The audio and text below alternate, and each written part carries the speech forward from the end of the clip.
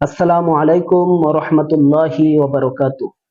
সম্মানিত দর্শক শ্রোতা, ভাই ও বোনেরা, আজকাল আমাদের কাছ থেকে কিছু অভিভাবক এমন কিছু আমল শিখতে চায়, এমন কিছু দোয়া শিখতে চায় যে দোয়াগুলা করলে আল্লাহ রব্বুল আলামিন খুশি হয়ে তাদেরকে নেক সন্তান দান করতে পারেন। এমন কিছু আমলের কথা অনেক অভিভাবক আমাদেরকে জানিয়ে থাকেন। এমন কিছু দোয়ার কথা বলে দেওয়ার জন্য অনেকেই আমাদেরকে আহ্বান করে থাকেন।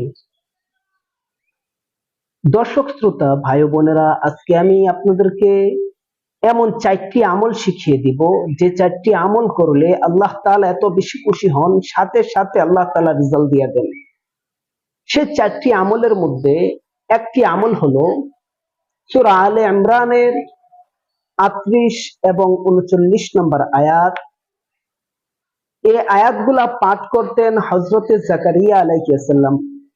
জাকারিয়া আলাইহিস সালাম যখন এই আয়াতগুলা পাঠ করেছিলেন, রব্বানা হাব লানা মিন লাদুনকা যুররিয়াতান তাইয়্যিবা ইন্নাকা সামিউদ দুআ। আবারও দোয়াটি পড়া হচ্ছে, রব্বানা হাব লানা মিন লাদুনকা যুররিয়াতান তাইয়্যিবা ইন্নাকা সামিউদ দুআ। এই দোয়াটি যখন হযরতে জাকারিয়া আলাইহিস সালাম পাঠ করেছিলেন, আল্লাহ তাআলার কাছে কান্না জড়িত কণ্ঠে এই দোয়াগুলা করেছিলেন। ওনার দোয়া শেষ করে উনি যখন নামাজে দাঁড়ালেন, সাথে সাথে জিব্রাইলকে পাঠিয়ে দিলেন। জিব্রাইল আলাইহিস সালাম আয়েশা সুসংবাদ দিলেন, আল্লাহ তাআলার তরফ থেকে সুসংবাদ গ্রহণ করুন, আপনাকে আল্লাহ তাআলা এমন একটি সন্তান দান করতেছে যে সন্তানের ভিতরে 4টি গুণ থাকবে। সে 4টি গুণের মধ্যে প্রথমত গুণ হলো মুসাদ্দিকান বিকালিমাতিল্লাহ, আল্লাহর কালিমার সত্যায়নকারী হবেন, ঈমানদার হবেন। 2 নাম্বার গুণ হলো তিনি সাইয়্যিদ হবেন, অর্থাৎ নেতা হবেন। 3 নাম্বার গুণ হলো উনি হাসুর হবেন, উনি বিবাহ শাদী করবেন না, উনি নারী থেকে দূরে থাকবেন, ওনার গোটা জীবনকে উনি আল্লাহর রাহে উৎসর্গ করবেন। যদিও এটা ওনার ধর্মে ওনার জন্য একটা স্পেশাল গুণ আল্লাহ তাআলা ওনাকে দিয়েছিলেন, তবে আমাদের ধর্মে এটা ঠিক নয়। আমাদের ধর্মে কেউ যদি চায় যে না আমরা বিবাহ করব না, এভাবে থাকবো, এটা হবে না, এটা ধর্মের নিয়মের বরখেলাফ। যাই হোক, ওনাকে 4 নাম্বার যে গুণ দিয়েছিলেন সেটি হলো নাবিয়্যাম মিনাস সলিহিন, ওনাকে আল্লাহ তাআলা নবী হিসাবে প্রেরণ করবেন, এই সুসংবাদ দিয়েছিলেন। এবং উনি নেককার হবেন।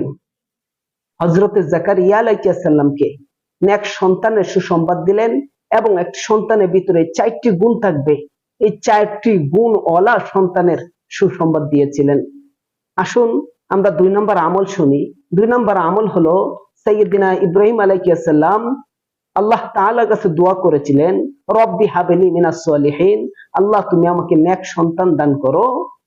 আল্লাহ তাআলা সাথে সাথে সুসংবাদ দিয়েছিলেন, ফাবাশশারনাহু বিগুলামিন হালিম, আল্লাহ তাআলা ধৈর্যশীল সন্তানের সুসংবাদ দিয়েছিলেন ইব্রাহিম আলাইহিস সালামকে। আপনারা ওই দোয়াটা যদি না পড়েন তাহলে এই দোয়াটা পড়তে পারেন, রব্বি হাবলি মিনাস সলিহিন, যে দোয়া ইব্রাহিম আলাইহিস সালাম পড়ার ফলে আল্লাহ তাআলা ওনার উরস থেকে এমন একজন নবী দুনিয়াতে প্রেরণ করেছিলেন, এক সন্তান প্রেরণ করেছিলেন যার নাম ছিলেন ইসমাঈল আলাইহিস সালাম। এবং ওনার বংশে আমাদের নবী মুহাম্মদ রাসূলুল্লাহ সাল্লাল্লাহু আলাইহি ওয়াসাল্লামকে আল্লাহ তাআলা নবী বানিয়ে দুনিয়ার জমিনে পাঠিয়েছিলেন। এমনকি আল্লাহ তাআলা যত নবী দুনিয়ার জমিনে প্রেরণ করেছিলেন, সবথেকে শ্রেষ্ঠতম নবীদের মধ্যে ইসমাঈল আলাইহিস সালাম একজন ছিলেন। 3 নাম্বার আমল হলো আপনারা এই আমলটা বেশি বেশি করবেন, তাহলে আপনার সন্তান নেককার হবে, সৎ চরিত্রবান হবে এবং কি তার ভবিষ্যতে সে অনেক বড় ধনী সন্তান হবে, ধনী ব্যক্তিত্ব লাভ করবে, অনেক বড় লোক হবে, ধনী হবে, প্রভাবশালী ব্যক্তি হবে, ক্ষমতাশালী ব্যক্তি হবে। সেই দোয়া, রব্বানা হাব লানা মিন আজওয়াজিনা ওয়া যুররিয়াতিনা কুররাতা আ'য়ুনি ওয়াজআলনা লিল মুত্তাকিনা ইমামা। রব্বানা হাব লানা মিন আজওয়াজিনা ওয়া যুররিয়াতিনা কুররাতা আ'য়ুনি ওয়াজআলনা লিল মুত্তাকিনা ইমামা। এই দোয়াটা যদি বেশি বেশি পড়েন, আল্লাহ তাআলা আপনার সন্তানকে নেককার বানিয়ে দিবেন, ধনাঢ্য ব্যক্তি বানাবেন, প্রভাবশালী ব্যক্তি বানাবেন, ক্ষমতাসীন ব্যক্তি বানাবেন। এরপরে আরেকটা দোয়া রয়েছে 4 নম্বরে, ওয়াকুল তুস্তাগফিরু রাব্বাকুম ইন্নাহু কানা গফফার। ওয়াকুল তুস্তাগফিরু রাব্বাকুম ইন্নাহু কানা গফফার ইউরসিলুস সামাআ আলাইকুম মিদরার। এই দোয়াটাও বেশি বেশি পাঠ করবেন। আল্লাহ তাআলা আপনাকেও মাফ করে দিবেন, আপনার সন্তানাদিকেও মাফ করে দিবেন। যাদের সন্তানাদি হয় না তাদেরকে আল্লাহ তাআলা নেক সন্তান দান করবেন। যাদের সন্তানাদি হয়েছে আল্লাহ তাআলা তাদের সন্তানকে নেক সন্তান বানিয়ে দিবেন।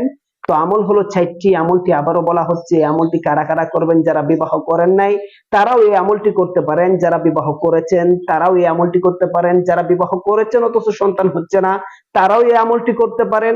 সর্বপ্রথম আমল হলো রব্বানা হাব লানা মিন লাদুনকা যুররিয়াতান তাইয়্যিবা ইন্নাকা সামিউদ দুআ। রব্বানা হাব লানা মিন লাদুনকা যুররিয়াতান তাইয়্যিবা ইন্নাকা সামিউদ দুআ। দোয়াটি করেছিলেন হযরত সাইয়্যিদিনা যাকারিয়া আলাইহিস সালাম। উনি এই দোয়াটা করেছিলেন। আল্লাহ তাআলা 4 গুণ বিশিষ্ট একটি সন্তান ওনাকে উপহার দিয়েছিলেন এবং সেই সন্তানকে আল্লাহ তাআলা নবী হিসেবে দুনিয়ার জমিনে পাঠিয়েছিলেন। সেই নবীর নাম ছিলেন হযরত ইয়াহইয়া আলাইহিস সালাম। আসুন 2 নম্বর গুণ, হযরত ইব্রাহিম আলাইহিস সালাম সেই দোয়াটি করতেন। 2 নম্বর আমলটি আপনারা বেশি বেশি করবেন, রব্বি হাবলি মিনাস সলিহিন, রব্বি হাবলি মিনাস সলিহিন। 3 নম্বর আরেকটি আমল রয়েছে, রব্বানা হাব লানা মিন আজওয়াজিনা ওয়া যুররিয়াতিনা কুররাতা আ'য়ুনি ওয়াজআলনা লিল মুত্তাকিনা ইমামা। রব্বানা হাব লানা মিন আজওয়াজিনা ওয়া যুররিয়াতিনা কুররাতা আ'য়ুনি ওয়াজআলনা লিল মুত্তাকিনা ইমামা। 4 নম্বরে আমলটি হলো ওয়াকুল তুস্তাগফিরু রাব্বাকুম ইন্নাহু কানা গফফার। ওয়াকুল তুস্তাগফিরু রাব্বাকুম ইন্নাহু কানা গফফার। আমলগুলা করেন।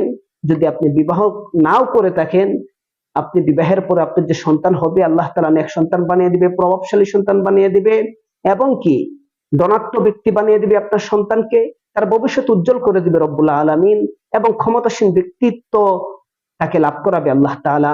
আপনি যদি বিবাহ করে থাকেন, সন্তানাদি হয়ে থাকে, এরপর আপনি আমলটি করলে আল্লাহ তাআলা আপনার যে সন্তানাদি রয়েছে তাদেরকে এই গুণগুলা দিয়ে দিবেন এবং এই সুসংবাদগুলা তাদের জন্য প্রযোজ্য হবে। আবার যারা বিয়ে করছেন, সন্তানাদি হচ্ছে না, তারা যদি আমলটি করেন আপনার সন্তানাদি দ্রুত হবে এবং কি আপনার সন্তানদেরকে আল্লাহ তাআলা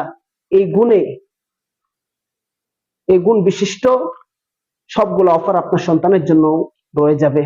আপনার সন্তানকে আল্লাহ তাআলা এই অফারগুলো দিয়ে দিবেন। আল্লাহ সুবহানাহু ওয়া তাআলা আমাদের সবাইকে আমল করার তৌফিক দান করুক, বেশি বেশি নেক কাজ করার তৌফিক দান করুক। পরিশেষে এটা বলতে চাই, আলোর পথে টিভি চ্যানেলে নতুন হয়ে থাকলে চ্যানেলটি লাইক, শেয়ার এবং সাবস্ক্রাইব করে পাশে থাকা বেল আইকনটি বাজিয়ে রাখুন। জাযাকাল্লাহ।